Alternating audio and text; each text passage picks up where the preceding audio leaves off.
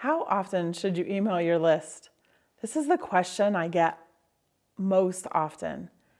And by the end of this video, you won't be questioning it anymore. You'll know exactly what you want to do next. In case you don't know me, I'm Heather Rosson, and I'm a lead generation specialist. After I talk to people about bringing in more leads, that's the question they ask most often is, how often do I email my list?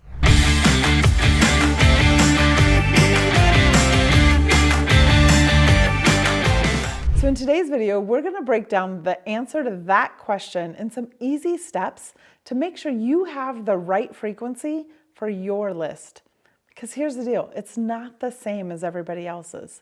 I wish there was a one-size-fits-all, email your list once a week, email your list once a month.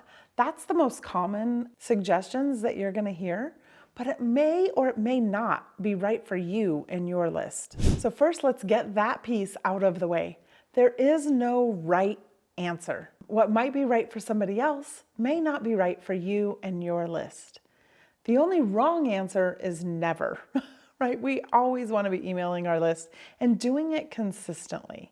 So as long as you're doing those things, you're in the right realm, but we don't want just right, we want optimal. What's the optimal frequency to email your list? Finding the optimal frequency for emailing your list might take some testing, take some practice, and it's going to depend on who's on your list, how long it's been since you've emailed them, and what they're used to. What are they expecting? Expectations is key here. It's the only piece that starts annoying people is when they're getting more emails than they expected, or they're getting salesier emails than they expected, or they're getting fewer emails than they expected. Actually, that doesn't annoy them. They just completely forget about you. So we want to find the right frequency for you, the right frequency for your list. There are some of my clients who send a daily email. For them, it's the right amount. It's perfect. And for some people, it would be far too much. So what are the pros and cons of sending a daily email? Obviously, the cons are that people will unsubscribe, right? You're sending them too many emails and they don't have time to read them all. The pros are you're building a really deep relationship with your audience. If you want to think about sending a daily email, it has to be done in a way that's entertaining. People don't stay on your email list for the same reason they joined it. They join it because they wanted that free thing you were giving them, or they joined it because you were running a promotion, or they took your quiz, right? They joined it for one reason, but they stay on it for a whole other reason. And typically, that reason is that they're being entertained. It's the number one way to be able to send a daily email and keep them on your list. So what does that mean? It means story-based emails are going to entertain and keep people on your list and build the relationship with them that you desire to have. My clients that send a daily email have this structure. They tell a story, then they transition from that story into something they learned, right? Or into something they offer. And then every single email, every single day has some call to action. The call to action isn't always buy my thing. Sometimes it is. But sometimes it's reply to this email. Sometimes it's I need your help commenting on this Facebook post, right? Whatever their call to action is, it's in every email every day. But the entertaining part is the story. It's the story they want to hear.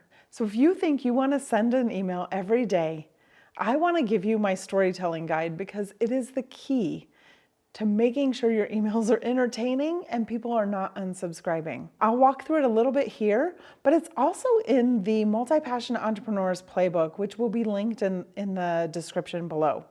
But let's talk about it really quick. So let's jump into this. Let me run through this really quickly, but you can get more details there. When you're telling stories in a daily email, you want to start with a really good hook. Like, why do they want to read the rest of the story? In fact, the only job of that first line of the email is to get them to read the rest of the email. Right? So we want to make it really good and curious. The easiest way to do that is to start in the middle of the action of your story. Nobody wants to hear like At 7 a.m. this morning, I got up and I started to walk out the front door, right? They want to hear what happened in the middle. Every story has a beginning, a climax, and an end. You want to use that middle point as the beginning of your story. Don't set it up or explain it. Just jump right in. Then for your story, you want to make it relatable. People want to feel seen and they want to feel heard. So they want to resonate with your story. So you're going to tell it in such a way that yes, it's a story you're telling, but it's really about them. They can see themselves in it. The other way to do some really good storytelling emails, not only start in the middle, but zoom in on a small piece of the action. We're not telling the whole huge story. In fact, one thing that happens can be like 5 email stories. Another thing that makes storytelling really compelling is to make characters out of the people in your lives. You've seen this done over and over again. People refer to their husband as Mr. Wonderful, or they refer to their kids as Terror 1 and Terror 2, right? So they're making characters out of the people in their lives that they're telling stories about. We're going to use the story to illustrate a point. We're going to build that relationship through entertainment, and we're going to include what we learned. We're going to include a moral lesson or just a lesson, right? Or a call to action. How do we transition that into what we want them to do next? So that becomes super important if you want to send a daily email. I always think about too, maybe you only want to send a weekly email.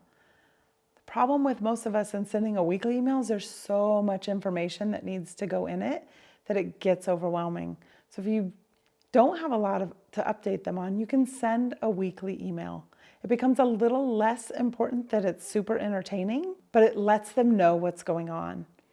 I feel like the perfect balance is a weekly newsletter that lets everybody know exactly what's going on with a daily entertaining email. I never really suggest people send less than once a week unless they are an association or some other bigger thing that they really only need to update once a month.